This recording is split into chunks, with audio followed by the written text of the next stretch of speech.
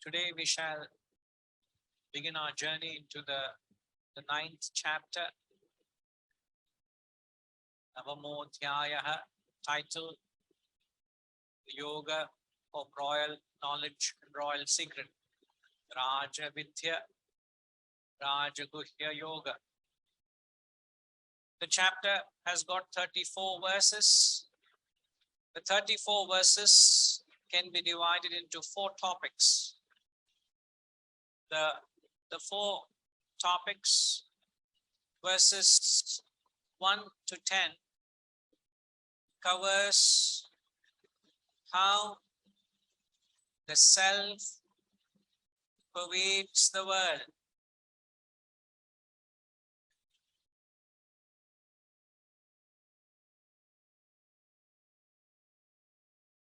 Verses 1 to 10, how the self pervades the world. The second topic, the deluded disregard the self, whereas the wise glorify and seek the self. The deluded disregard the self, whereas the wise glorify and seek the self. Is just giving you a brief outline of the topics, chapter 11 to 19.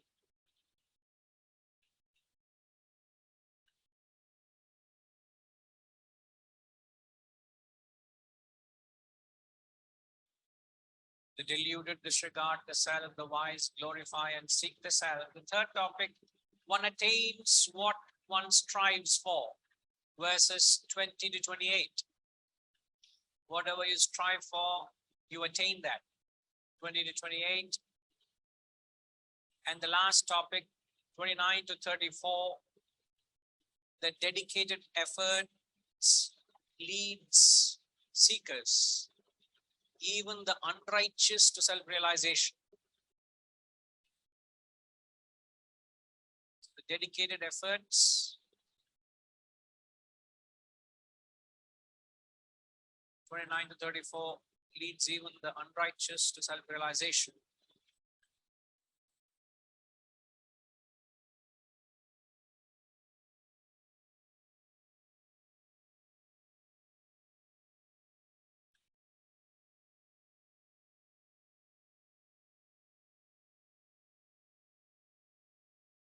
The royal knowledge, the royal secret. Royal, as we said, it is something which is supreme, something which is the highest, something which is the greatest.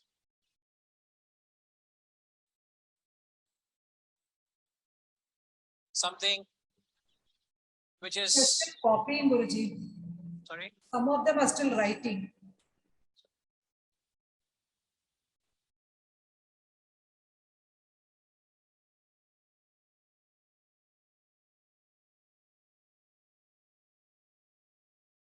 So the royal, as we said, means it is something which is the highest, the greatest, the largest. Royal knowledge, the royal secret.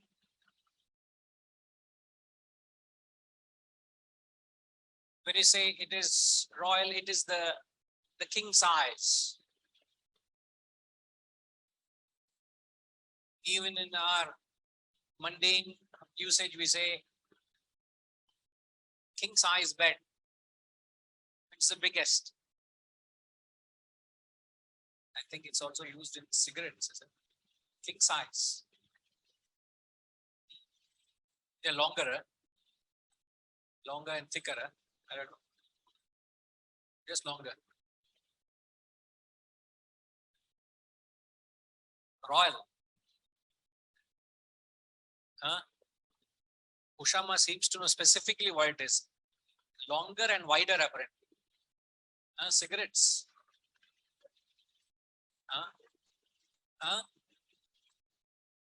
King size bed she's talking.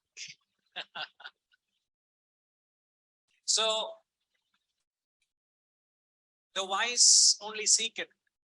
The deluded don't seek the self. The deluded are not interested in this because they are interested in the worldly pursuits. They're running behind the world. You're going to ask them, why are they running behind the world? Is because they say it is the world that enchants them. Something out there that interests them. They are fascinated with the world. They are running. They're seeking happiness. They're seeking pleasure. They're seeking something out there in the world. So they are not seeking Raja Vidya. They're not interested in the higher self. Now it's very difficult to lure people to the higher because you'll have to convince them that there is no happiness in what they're seeking. That's the challenging part, isn't it? It's not easy to convince someone who is convinced in seeking the pleasures in the world, convince them that there's no happiness. And say that the happiness is here. So not many people are really seeking it. Out of respect, they may lend their ears, but in real sense, they're not really seeking the self.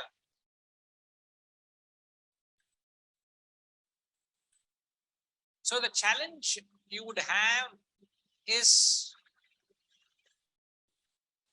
to convince people who are finding the joy and satisfaction in the objects and beings of the world. It's like a person who sees light coming from the moon on a new moon day or a full moon day rather. There's so much light coming from the moon. You are even finding your way in your pitch darkness. You're able to find your way. You can take a walk out and there's enough light. How do you convince that person that there is no light in the moon? That is the challenge you would have. A guy who's ignorant, who sees light coming from the moon, you have to convince him that there is no light in the moon. Because science tells us the object, the moon is nothing but reflected light. There's no light in the moon by itself. Similarly, all the joy and happiness that one derives by seeking something in the world, the deluded don't seek the self. They are seeking the world because they are running behind the happiness that the world gives. Exactly the same way of the moon, there is no happiness in the objects and beings of the world. They are only reflections of the happiness which is emanating from yourself. Just like the sun's light is reflecting on the moon, exactly the same way, the true bliss or happiness from the self is being projected onto the objects and beings of the world.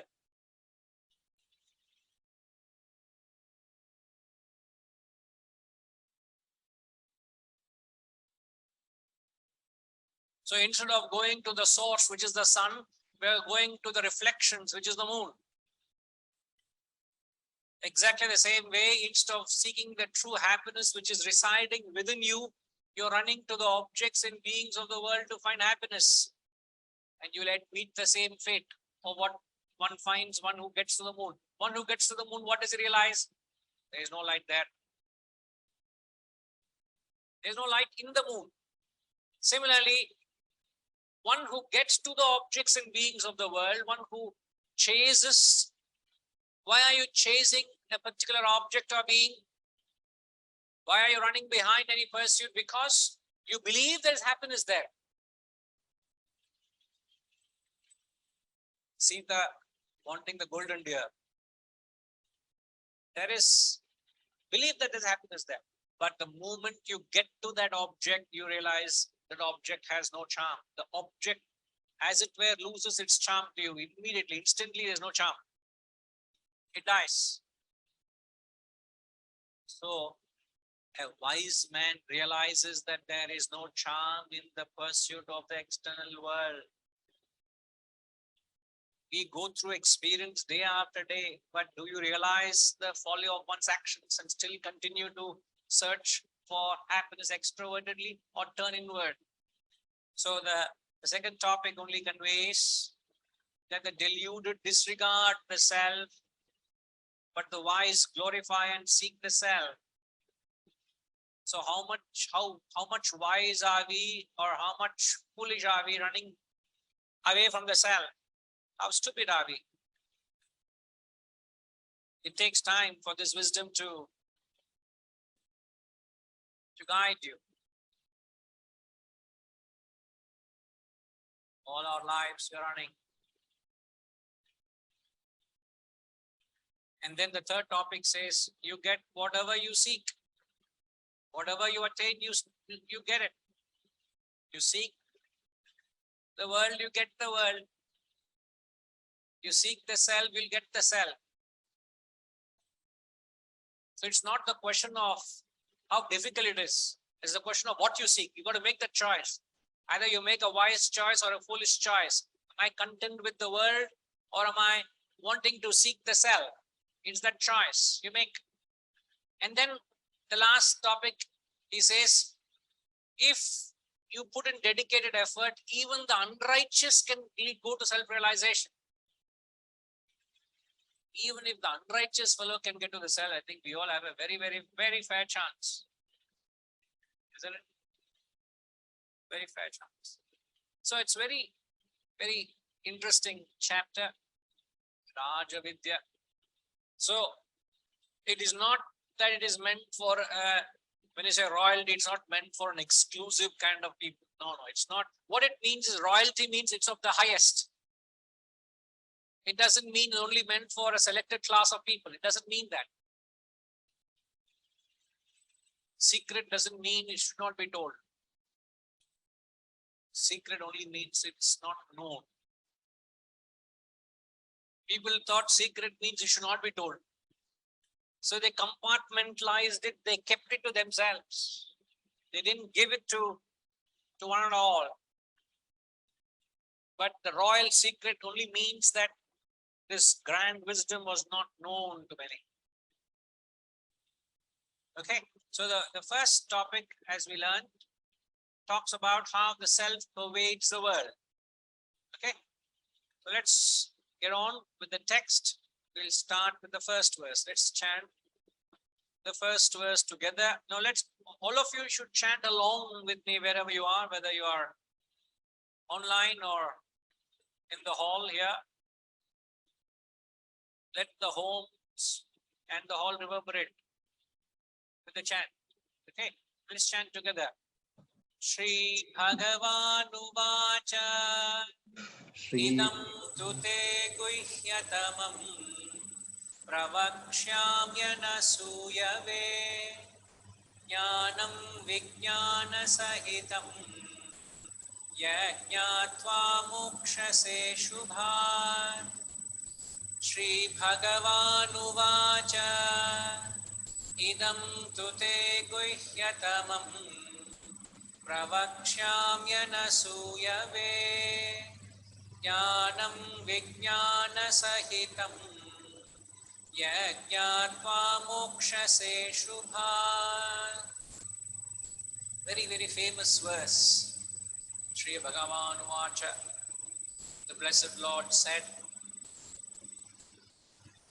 to you who does not cavil, I shall now declare the greatest secret, knowledge, together with wisdom. Guhyatamam. The greatest secret. Guhyatamam means the greatest secret. I shall declare Pravaksham to you. Hey, idam tute Guhyatamam Pravyakshamyana Anasuyave. Anasuyave means one who does not cavil. I'll explain what cavil means. To you who does not cavil, I shall declare the greatest secret. Jnanam Vijnana Sahitam. I will give you knowledge and wisdom together. Yajnatva Mokshase Shubhat. Ashubhat. Ashubhat means evil. Moksha say you will be free from evil. Jnanam vijnana sahitam. Yat jnatva. Having known the knowledge and wisdom, you shall be free from evil.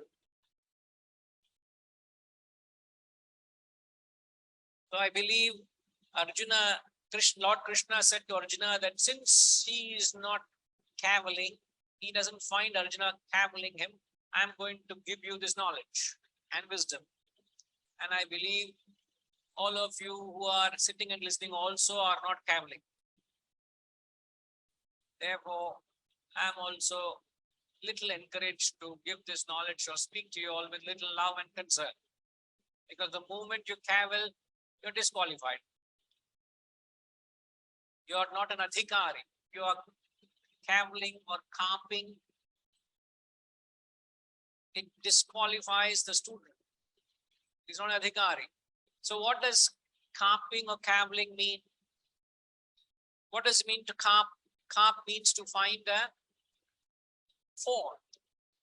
You find a fault with the teacher. You find a fault or a shortcoming with the teacher or the teachings or the knowledge.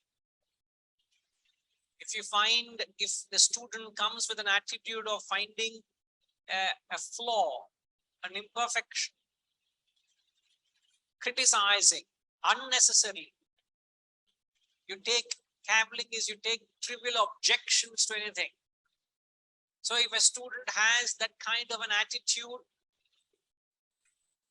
belittling, slighting.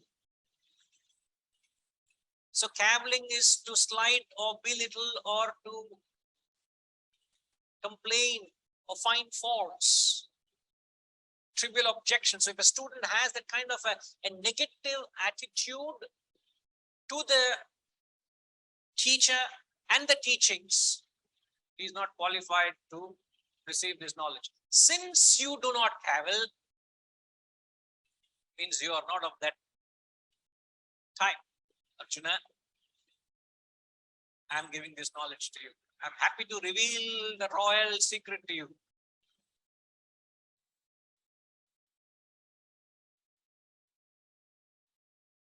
Not just because you're a close friend. See, till first chapter, 10 verses, Lord Krishna did not speak. You know that, no? The first chapter is known as Arjuna Vishada Yoga.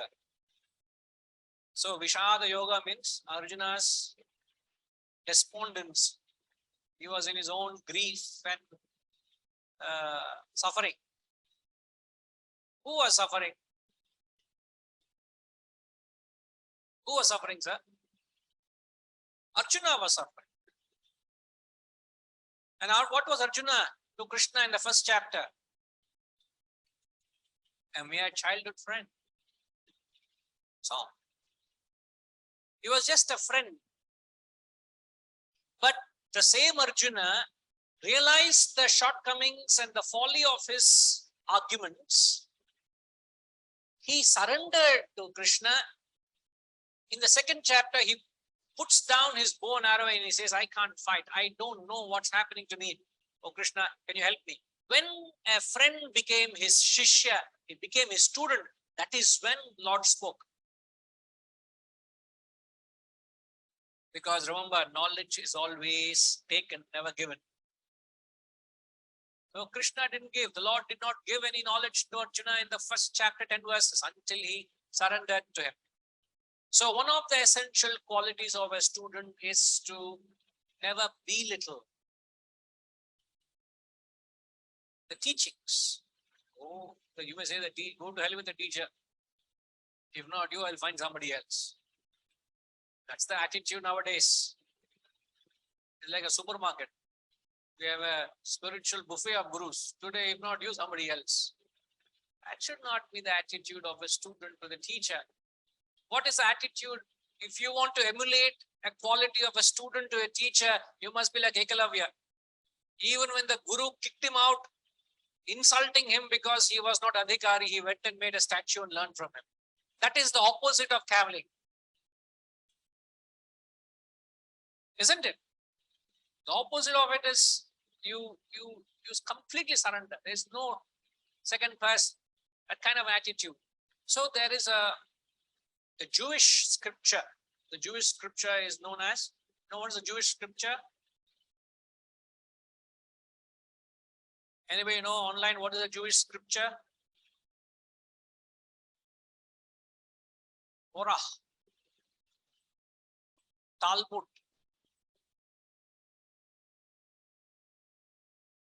Sanjay is Googling. Suddenly you brighten, Sanjay, I was typing in the chat. Yeah.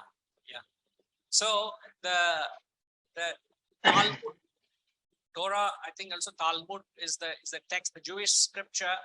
Talmud means to teach, to learn. Now in the Jewish scripture, he says there is no heaven for 4 types of people. So if you belong to these 4 categories, there is no heaven for you. And what are the 4 types of categories of people? The 4 types are a scoffer, a liar, a hypocrite, and a slanderer. A scoffer, a liar, a hypocrite, and a slanderer. And if I were you, I would say all 4 of these qualities put together is a person who cavils against a spiritual teacher.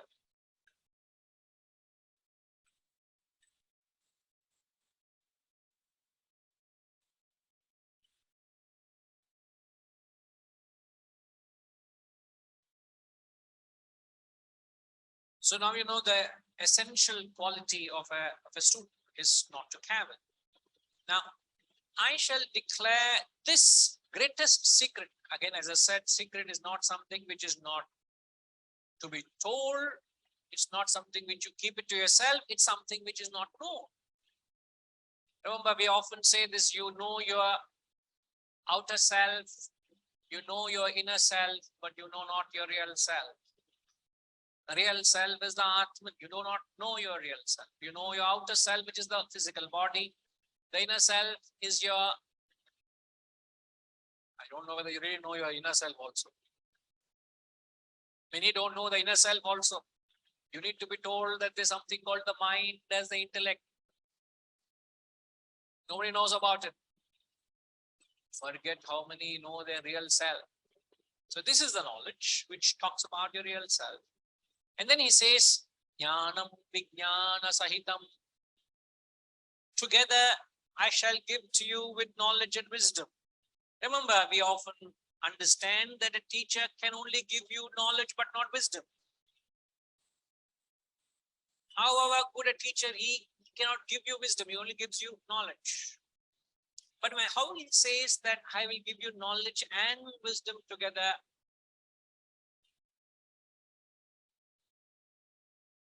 see, many teachers only transfer knowledge or information. Many teachers, many gurus out there only they are very great orators. They are able to mesmerize you. People get gripped to them because they are great speakers. They just transfer knowledge. But wisdom is acquired when there is an element of engagement of an intellect. When the student's intellect is also engaged in the process of thinking and questioning, then there is a process of facilitating the conversion of knowledge into wisdom. So many teachers do transference of knowledge, but not many teachers help you with the process of converting the knowledge into wisdom.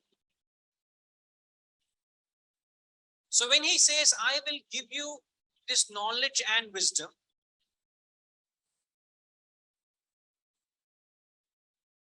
what does it mean?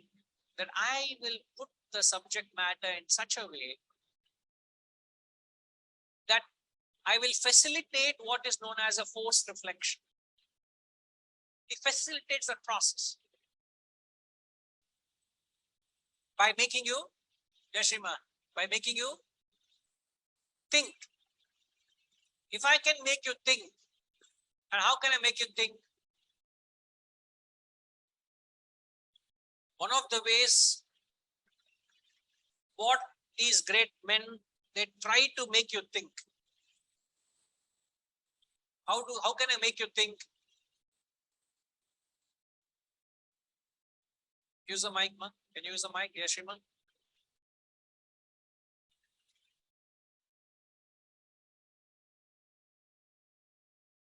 Gaining knowledge. No, knowledge can come to you by mere transference of information. But wisdom comes when you're made to think. Manana and Chintan. Manana and Chintana, which is reflection, which you can do it on your own.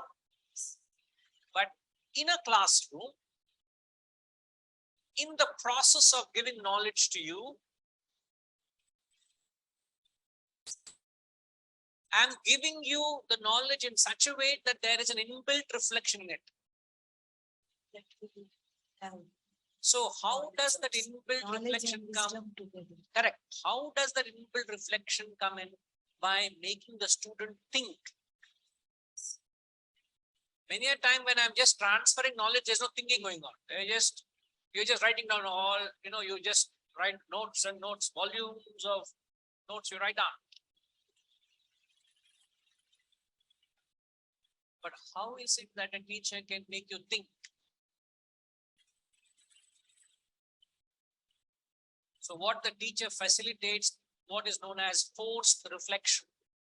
I'm forcing you to reflect in the classroom so that you can carry the process when you go outside on your own. But if this process is not set into motion, what you will get is only knowledge, only information. So how does one make you think? How can I make you think?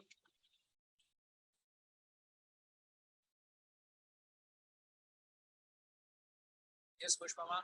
By inquiry, By inquiring. student to think over and ask again. Right. Whatever he grasps, make sure. You think and come back. But I'm saying while giving the knowledge, how do I facilitate the process of reflection?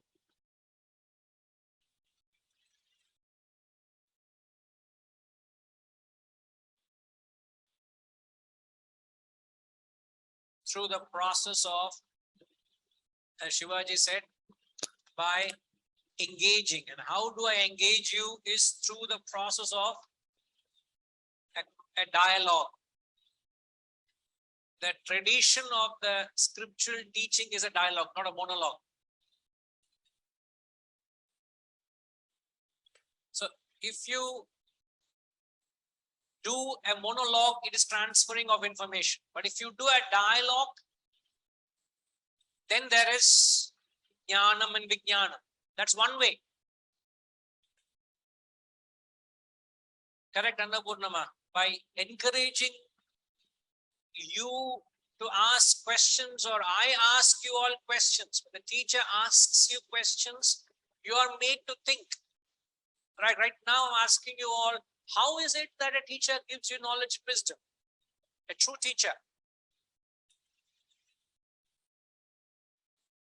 Through interaction, through a dialogue, through the process of questioning. And one of the typical language of the scriptures is they make contradictory statements. They speak a language of contradiction. So when they contradict themselves, obviously it makes you, you pause and you start examining. Hey, what are you saying? And one of the standard definitions of God in the Shastras is Tadhure Tadvantike. Where is God? Tadhure is very far. Tadvantike is very near. And the student is confused. Is the God far or near? You see. Tadantarasya sarvasya. Sarvasyasya bahyataha. A typical Upanishadic shloka which says this. So when you inquire and listen to a master, he says, God, tadhure tadvantike. Now what do you understand from that?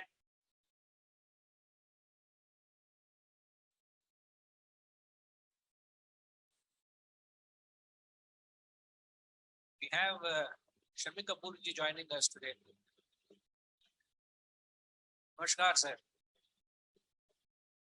Is that your correct name or is it somebody else's instrument you're using?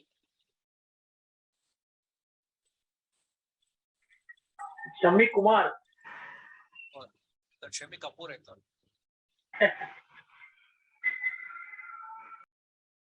Coming for the first time today, sir.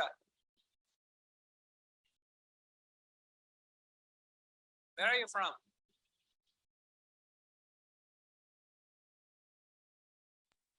Mumbai. Right. Welcome. Thank you. Thank you.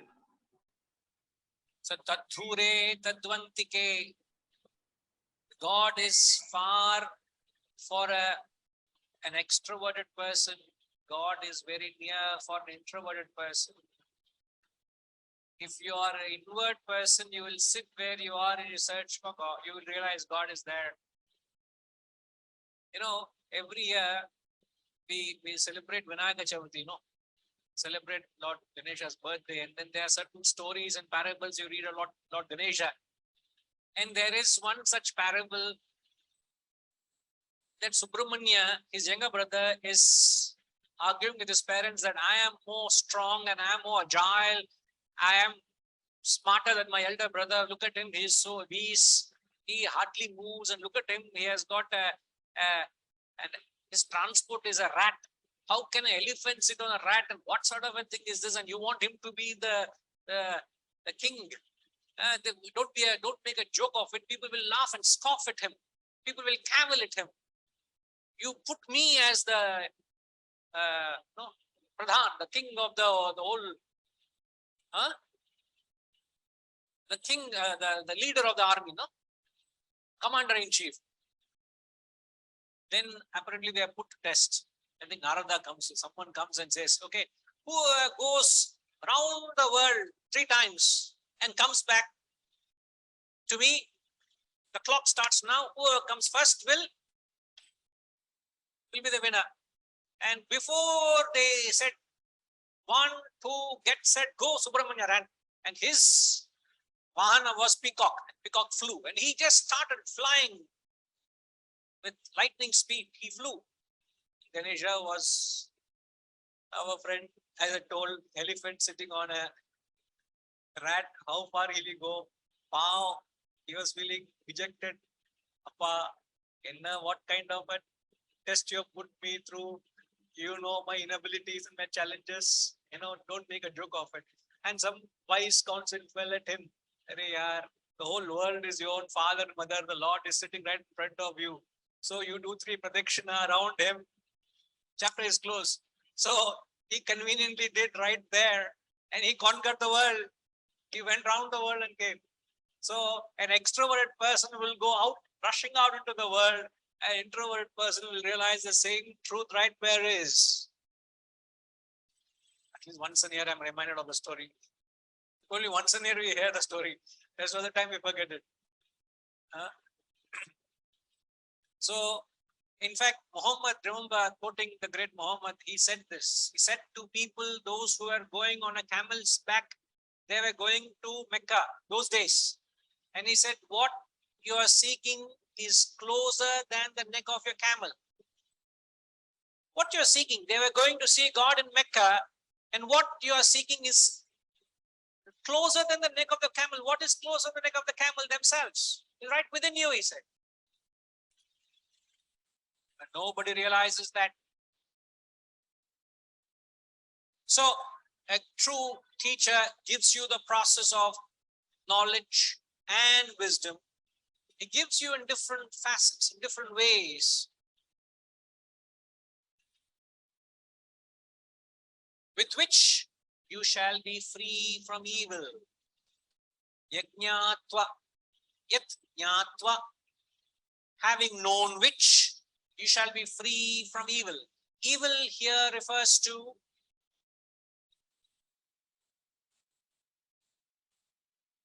what is evil?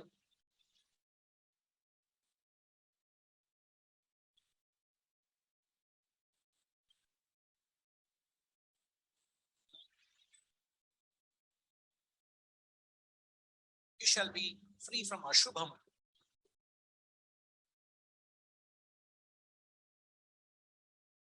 Anything evil here philosophically, anything that causes mental agitations. One of the things that cause mental agitation is attachment.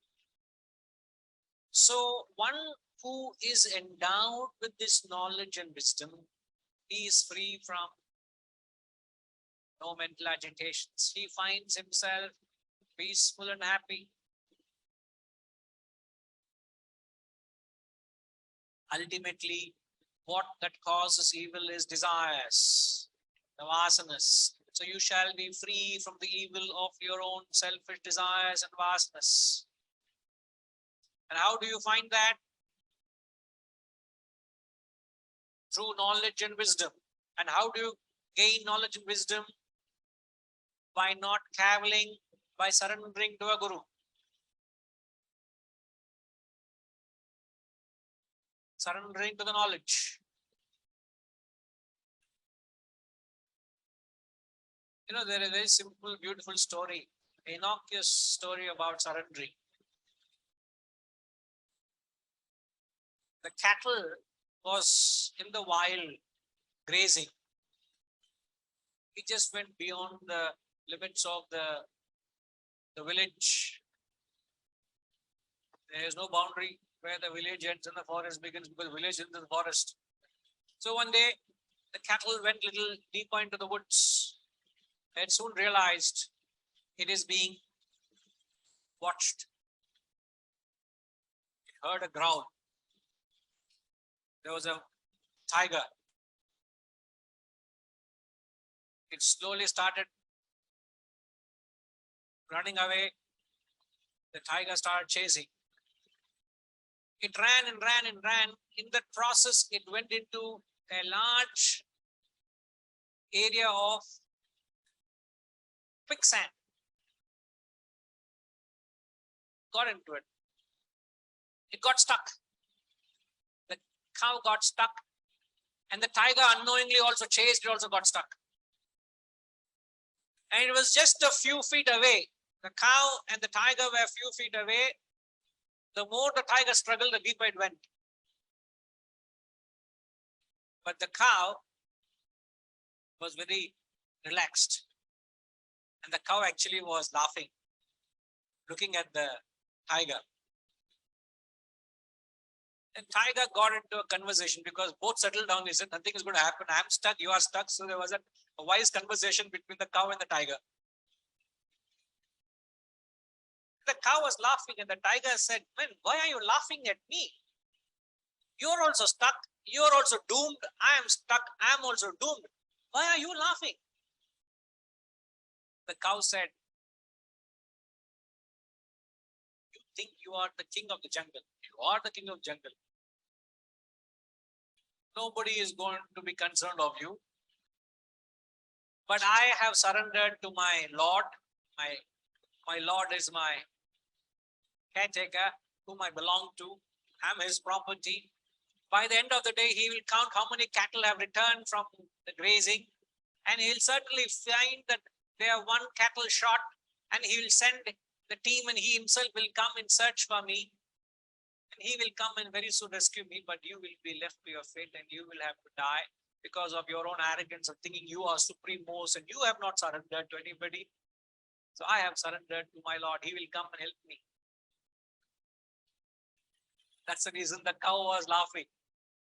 So you may not have solution to everything. At least why don't you give up your arrogance that you do not know everything? Let me surrender to at least this knowledge which has a solution for it. That extent we must have buddhi, no?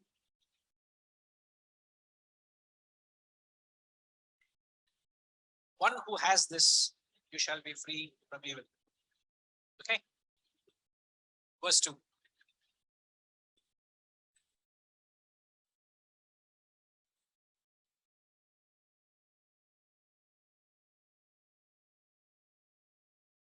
Raja Vidya Raja Guhyam Pavitramidamuttamam Pratyakshaavagamam Dharmyam Susukham Kartumavyayam Raja Vidya Raja Guhyam Pavitramidamuttamam Pratyakshaavagamam Dharmyam Susukham Kartumavyayam. Vasantama, read the translation.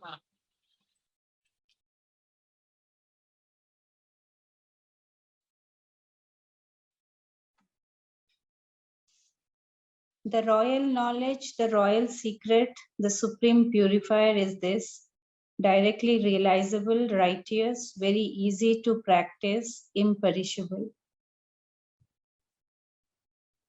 Can you read little slowly? The royal knowledge, the royal secret, the supreme purifier is this. Supreme purifier. What is the Sanskrit word for supreme purifier? See, Raja Vidya is royal knowledge. Raja Guhya, royal secret. Pavitram idam uttamam. Pavitram. Pure. Pavitram idam uttamam. Uttamam. This is the supreme Pavitram purifier. See, once you get to the original Sanskrit words, it has a beauty of its own in the original text. So Pavitram idam uttamam. Uttamam is supreme. Okay, next. Directly realizable. What is that word for that? Pratyakshaavagamam. Pratyakshaavagamam. Pratyaksha means you can gain it through direct perception. Directly realizable. I'll explain there. Directly realizable. Next. Very easy to practice. So susukham kartum avyayam, imperishable. Righteous, dharmyam. Dharma is righteous. Susukham, very easy to practice. What? This knowledge and wisdom is very easy to practice. You agree, huh? No, I'm repeating. That's why I asked you to repeat twice whether you agree with him or not. Very easy to practice. Not easy. He's qualifying very easy. Susukham. Kartu. To practice, to perform is very easy, this knowledge. Avyayam is imperishable. Now, since I'm with you and I raised this point, how do you think he says that it is very easy to practice? How do you rationalize that? Susukham kartum.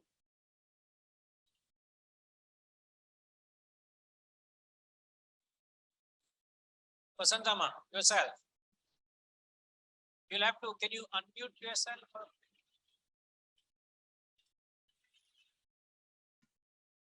Yeah. I'm thinking, Guruji, very easy to practice. It sounds good, but so if I believe in this, or maybe See, again, don't say this, huh? Believe this. First only said, you don't cavil my teachings, huh? no, not your teachings. That it is very easy to practice. Not my teachings, even Lord Krishna's teaching. Nothing is mine here. You doubt in his teaching, then you will not learn it. No.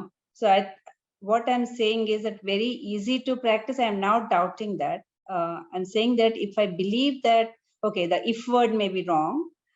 When I believe that it is easy to practice, it is probably easy to practice, but the stage where I am in, I think for me, it is not easy to practice. No, he is not qualifying it. When he makes an open statement, it's applicable for all of us. Doesn't matter where you are. In fact, did we not just learn in the beginning of the chapter, even the unrighteous can attain moksha? Nothing short of moksha is talking. So if an unrighteous cannot attain moksha, sincere seekers like you and me should not be difficult. That's why he says susukham. Hmm. So there is it's a very beautiful concept.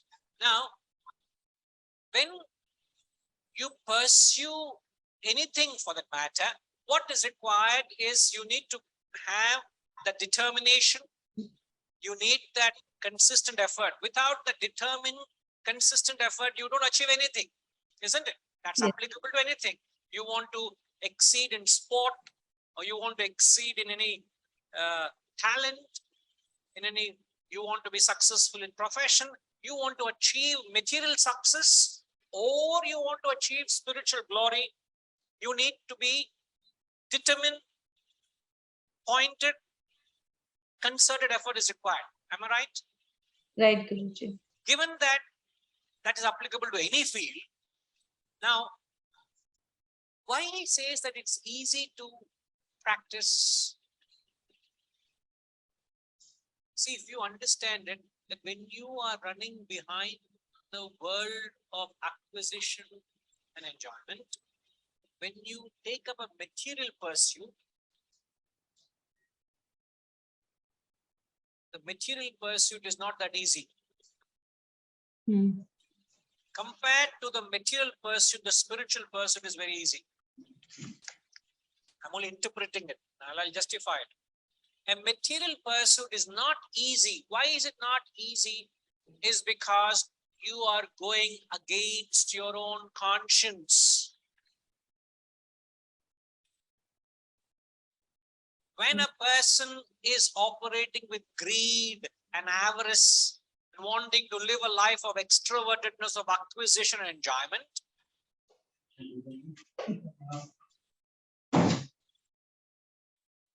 when you are running with an greed and avarice of wanting to acquire the world, when you are leading an extroverted life, your conscience does not support you, isn't it? Right, Guruji. Your conscience does not support you. So you're against the flow of your inner personality. There is stress and strain. Your mental personality is agitated. It causes an inner friction. You're going against the flow. All of that makes it very difficult in the pursuit itself. So the pursuit itself is very demanding. But when you switch that concept to the spiritual pursuit, what do you experience? It is in line with how we are built from, and so it's easier for us to follow that. You are doing something which is truthful, which is righteous, which is your dharma. You are seeking the self. The conscience is not pricking you. Your mind is peaceful. You are with the flow. All of that makes the very pursuit and passage very pleasant, very easy, without any difficulty. In that sense, he says, Susukham. If I tell you to be other than your nature, Yeah. if you are an honest worker, you work with great integrity.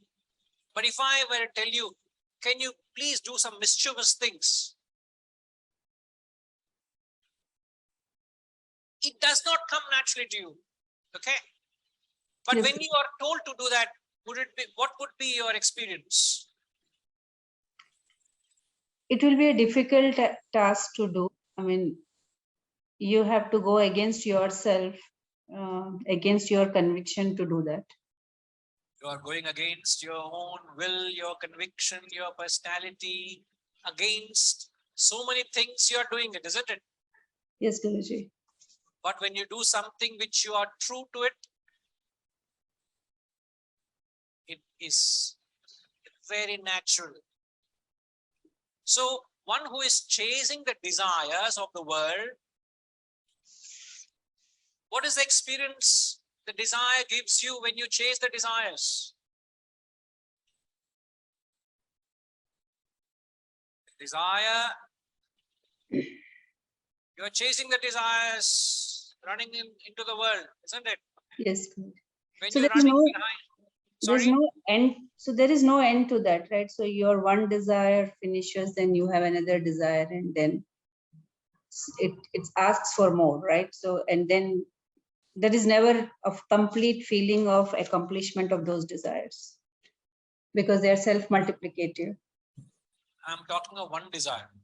You are talking of No, so one desire ends. We think it ends, but I think that desire gives birth to the next one, which Yeah. could be an extension of the same desire. But correct. But I'm sticking to that particular desire. What will that desire do when you chase it? Will not the desire keep bothering you until you fulfill it? yes, Guruji. And It that does. is not going to be comforting, isn't it? Going Yeah. out into the world is chasing your desires, and until you get the desire fulfilled, there is a agitation, friction, disappointment, stress, agony, wanting it, anxiety to get it. All of that is not going to give any comfort or peace to you. Yes, Guruji, absolutely. Now, is it easy to practice? It is. At least I've logically convinced you in your own words. Susukham kartu. So Guruji, I read one line while reading this explanation somewhere. It says that it is easy if you are able to differentiate between your body and your soul. I mean, that's a big statement for me because I think I'm not even understanding how do you differentiate the two. I mean, so see your body as yourself, and when you know that you are not the body, then it is easy to practice. So that was one of the explanation I read, and so that's where I said that it sounds easy, but I just can't fathom it. It's like you are preparing payasam and I will take over midway and I start putting other ingredients to it. What will happen to the payasam? It probably will become something else. That is what you're trying to do. You read some other books and come here and then you are trying to understand what is being taught. Is all something else is happening. Yeah. This is what I said, buffet of gurus you have. No, it's not Guru's Guru. Guruji, it is the same book that I was reading, and not the same. As I'm saying the same book, I'm only reading one book. And that explanation in that book, the description of the two lines that you described, that explanation was that it is very easy. And in that easy part, it said that it is easy as long as you are able to differentiate between that you are not you and you are the Atman. So I'll take a rain check on that interpretation. I'll just keep it aside and say, is that what that text is saying? I'm not saying it is wrong, but it is, you got to approach it from a relative standpoint. Yeah. So the arguments we have given when he says it's easy to practice is because you're not going against the flow of your inner personality. When you go against the flow of your inner personality, when there is an inward friction, when you are extroverted, there is friction. When is introverted, there's no friction. Extrovertedness is when you're running behind the world, chasing your desires, and the emotions that arise out of these desires, it is only going to cause great pain, agony, insecurity, worry. And that journey is very difficult to live. But once, can you imagine a life where there is no insecurity, there is no pain, there is no worry, where you are true to your conscience, you're living a life of satyam, you're upright, you're seeking your own self, you're true to it. The journey is very susukham.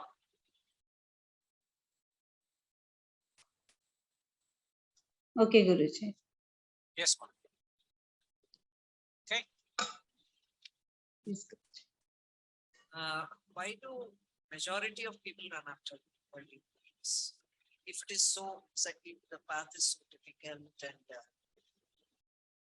I mean, if it is causing so much of mental turbulence and all, why are the majority of the people? Don't they realize, or are they used to that struggle, that turmoil? They don't care for it. Their conscience is like inactive. Is that the reason? Give me multiple choice. She No, I'm asked trying me a to- question No, and then she's giving multiple choice. Which is the reason? Guruji, I'm trying to explain. I mean, whether I I'm get able to convey it properly or not. I get you. So the question you're asking is, if it is so that the pursuit of the world is so much in pain, why is majority of the world still seeking it? Why are they not seeking the self?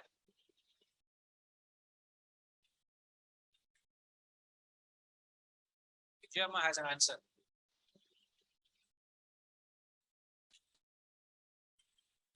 People are ignorant. People are ignorant. See, Arjuna asks this question.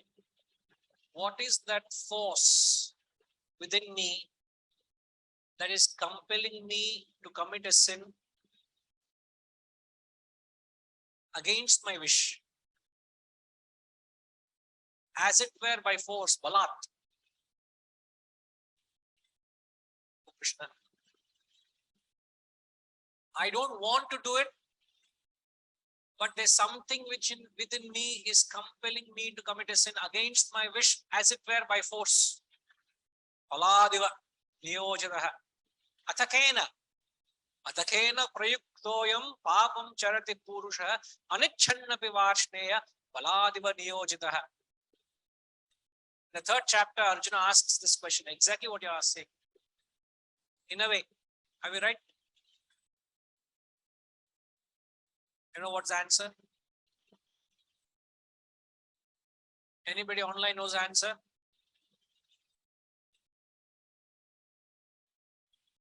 This question is simple. What is that force within me that is compelling me to commit a sin against my wish, as it were by force? What is that?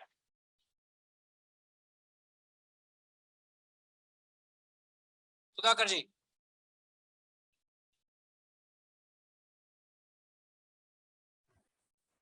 It is our own conscious. It is his own conscious. Conscious. Yes, conscious. It's a Conscious? I don't know the difference between consciousness, and conscience, but I'm thinking it is his own self thinking. Whatever he felt is right. No, he says, I know I'm doing wrong, but there's a force in me that is compelling me to do wrong. It's not that he does not know. I know what I'm doing is wrong. Many a time people are not ignorant. You say people are ignorant. If it's ignorance, there's no problem. I can give you knowledge. The problem is not ignorance. The fellow is committing a crime, you think he doesn't know he's committing a crime? The fellow who goes out there giving bribes, you think he doesn't know who he is doing wrong and receiving the bribes? He very well knows. A fellow who is corrupt knows he's corrupt. A fellow who is unethical knows he's unethical. But what is that which compelling him to commit that sin? I think, as Mr. Shiva rightly said, vasana. His own vasanas are compelling him to act in a particular manner. Vasana is just an excuse. The reason you are born the way you are is because of your vasana. You can't say vasana. See, everything and anything can be vasana. That's a very generic answer. But exactly, I do not know, Guruji, what is forcing me against my wish.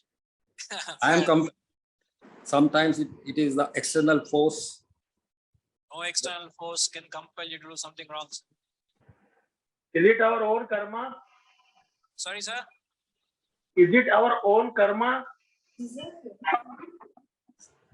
When you say karma, what do you mean karma?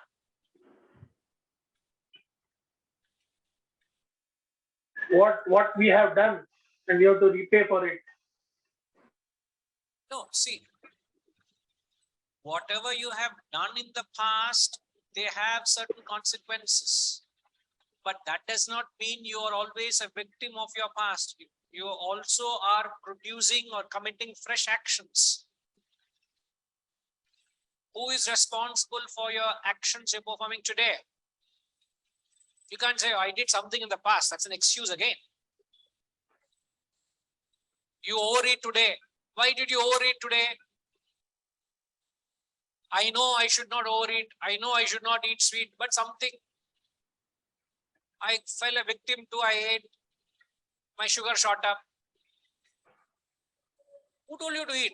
Oh, some purva karma I must have done. Therefore, I had third gulab jamun and fourth rasgulla. See, you can't use that excuse for eating 3 gulab jamun, 4 rasgulla today lunch, no? Gayatri ma, still rasgulla there, no?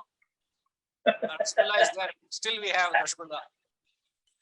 I can't blame my pura janma, pura karma for eating rasgulla extra here. Hey, there's something I am performing action now. Right, Annapurnama, what is it that compels you to commit sin? Hari Om Guruji. I could be the desires and one more thing, lack of knowledge about the higher goal. In fact, Lord Krishna said exactly what you said. Kamayesha, Krodhayesha, Rajoguna Samudbhavaha. He said it is your own desire, it is your own anger that compels you to commit sin. So it is your desire. So people in your finance, other weakness. So in the mind, each dimension, what are the things that small things in order to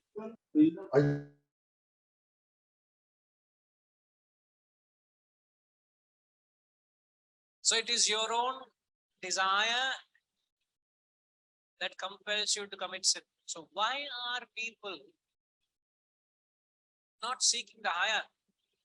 The sheer rush of desires that is drawing them out into the world. And as somebody has, I think somebody said that moment one desire is there, another thing comes up. So you're all caught up into this vicious cycle. The rat race, everybody is just running, rushing out. Nobody seems to have a time to sit and examine and pause and see where is my life heading? What am I doing? Nobody has time to sit and examine, sir, isn't it? One leading the other, one blind fellow leading the other. Everybody is going. Nobody realizes.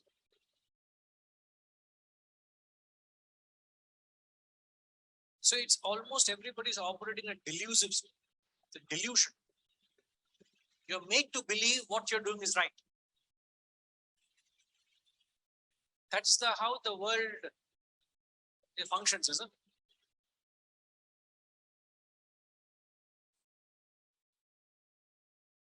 Bhayam. In fact, do I look at it, I'm bhayam, get afraid. You get caught in that trap. It's a vicious cycle. Just one more. Goes on. All your life is consumed. That chase or pursuit.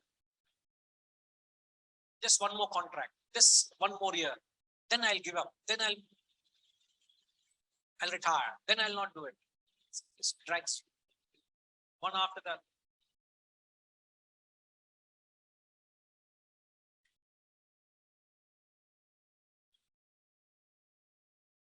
And also, second thing is they are acclimatized to. They don't see sorrow as sorrow. They don't see the Anything wrong? I say everybody going through it. Well, this is life. Everybody goes through stress. Everybody has these problems. It is part of the parcel of life. In fact, they philosophize more than us. They don't see anything wrong in their pursuit.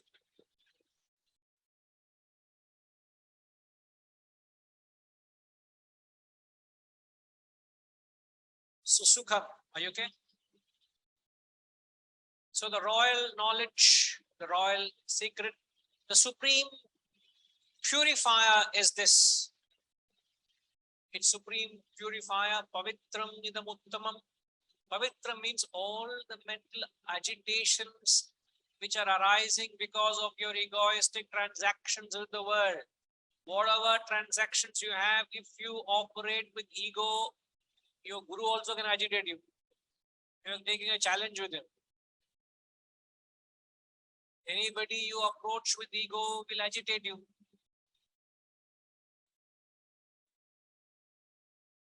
All mental agitations subside. Pratyakshaavagamam. Directly realizable. There are 4 ways of gaining this knowledge. What are the 4 ways?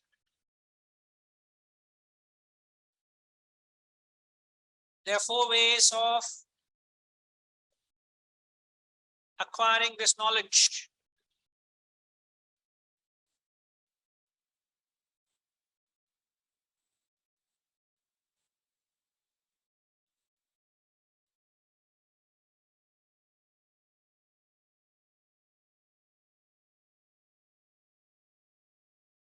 Gayatri Ma, I need some help.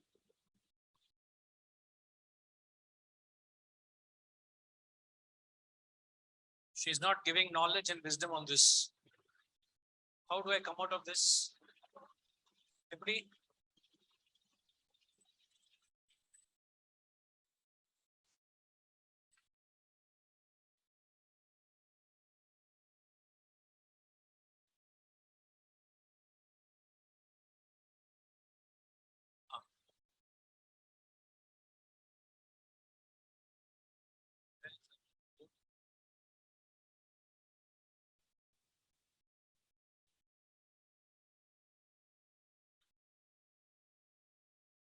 So there are 4 ways of acquiring this knowledge. First is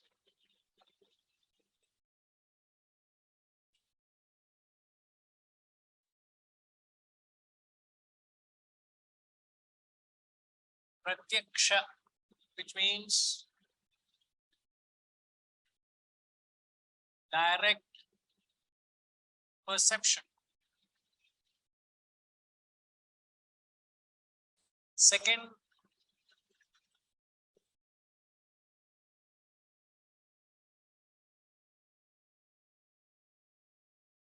is through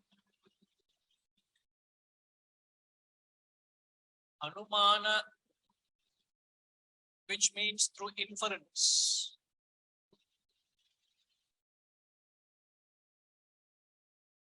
Third is through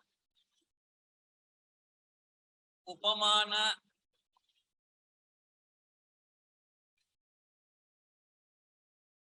which is comparison. And the fourth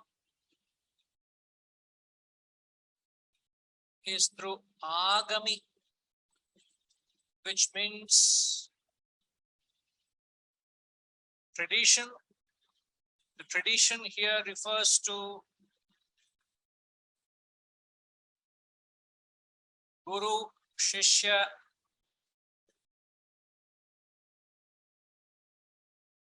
Parampara, the preceptor, disciple lineage. So when he says that Pratyakshaavagamam, this, he talks of the first category, means this truth, you can experience it yourself. You don't have to infer it.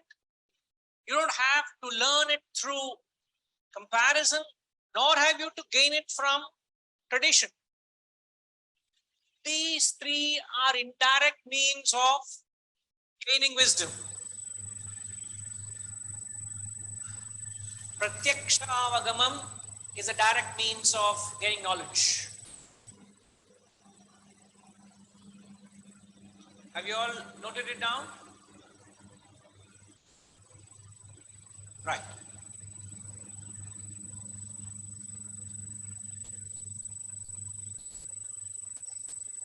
Sorry? What happened? Ah, no, they put me. You want that? I think you all have captured it. So direct perception, yeah, they all have captured it. So when he says directly realizable,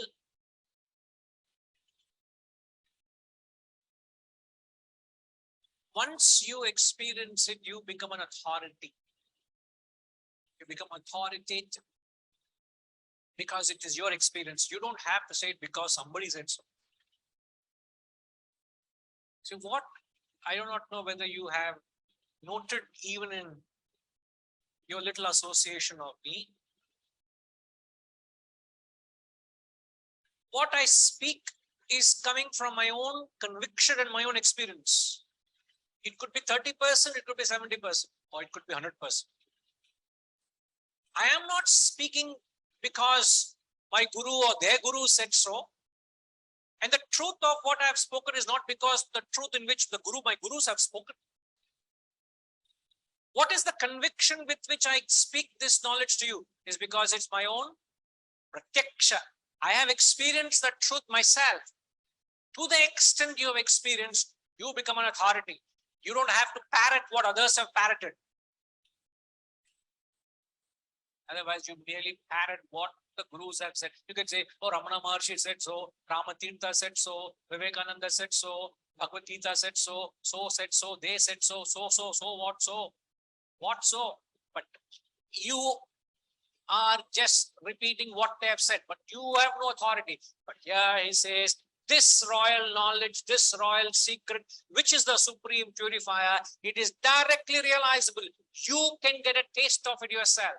You can experience it. And it is not arrogance, it is just the conviction, authority. You speak in conviction. It's like a simple example. Let's say you're sitting by a roadside in a cafe, having an evening coffee, busy traffic. And as you got your attention shifted from the meeting, you just started looking at the traffic. You saw a vehicle hit a passenger. You saw the accident yourself through your own fleshy eyes. It is not inferred, it is not passed down knowledge what others have said, so how that accident happened. You have seen it, then you say, hey, I have seen it myself. I know what I'm talking, I saw it. It is not that person's mistake. This person came in and he is responsible, not him. Direct perception. You become the authority, isn't it? You, in fact, you become testimony to the whole accident. You would say, who is responsible for that? The language and tone changes, isn't it? Because you have the direct experience. If somebody is talking of a place, I have been myself, I know what I'm talking. I know. You can agree or disagree on your own stance, not because of what they have said or what you inferred from books or others' experiences. Oh, everybody has gone to Taj Mahal and everybody says it's a beautiful place, must be worth visiting. How have you gathered? You inferred from all the people's experiences. But if you have gone yourself, you will also speak from your own experience, which is an authority. It may echo what others have said or may not echo, it doesn't matter. Your experience becomes authority. Pratyaksha vagamam dharmyam susukham avyayam. Once you get to that state, you attain that state of permanency, you become the imperishable. There is no more death. You become imperishable. You are not subjected to change. I'll come back to that element, but every aspect of it is so relative. That's the point you got to relate to. it is very much relatable to, because he talks about how easy it is. Why is it easy? He also talks about a purifier of all sins, and it gives you the opportunity of saying it. You become the authority, it's your own experience. It is a royal secret. Another day when I was listening to the BBC News, Sanjay, have you heard this? Your country news. I don't know how much truth is there in that, but I keep listening to it. Which So, which story? Which story, Guruji? which story? Okay, based on which story you will say so, huh? You know, when they were covering the ceremony, the morning ceremony of the Queen Elizabeth, one of the stories that cropped up about her life and all that they covered about her life, one of the things she was saying is she had a royal butler. A royal butler, and he had a nickname. He was 6 feet 4 inches, something, very tall man. And in fact, he was one of them who was the first, or one of the very few who were allowed to lead a carriage, a carriage of the procession. He was one of them. So he was so faithful to her. And one of the things they said was he was for 44 years with the Queen, and he was a royal butler. And one of the things he kept all her royal secrets. And he was very close to the Queen. Royal butler who kept royal secrets of the royals. I'm giving your news to you, Sanjay. I don't. I'm one of these people. I don't watch the news actually, Guruji, because it's storytelling rather than fact. But this was a fact. This was a fact that they were talking about how long he has served the Queen and how faithful he was, and he was known to have kept many royal secrets. So I'm just reminded of that, the news that came by recently. So I've also been keeping this royal secret for 30 odd years. Royal knowledge, royal secret. We'll unfold this secret next week again. Okay, we continue.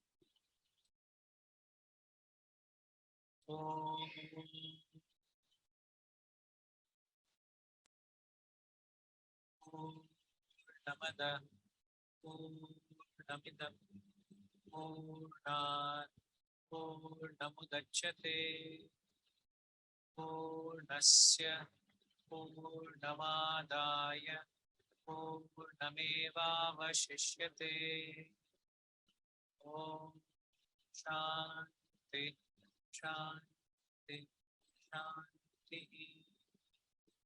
Hari Om. Shri Guru. Hari Om.